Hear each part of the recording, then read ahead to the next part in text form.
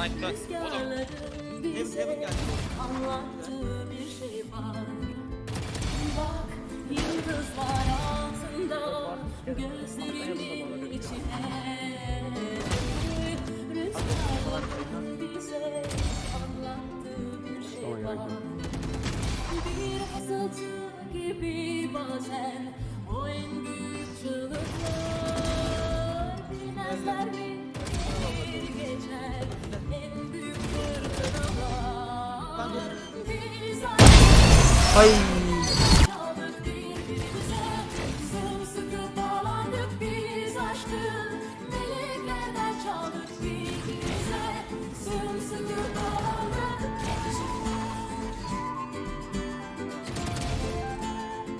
Karşına geldi.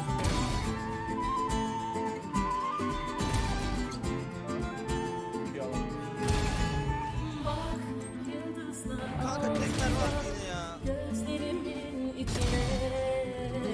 Duy rüzgarların bize anlattığı bir şey var.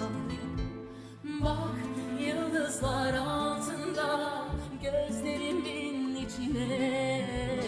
Duy rüzgarların bize anlattığı bir şey var.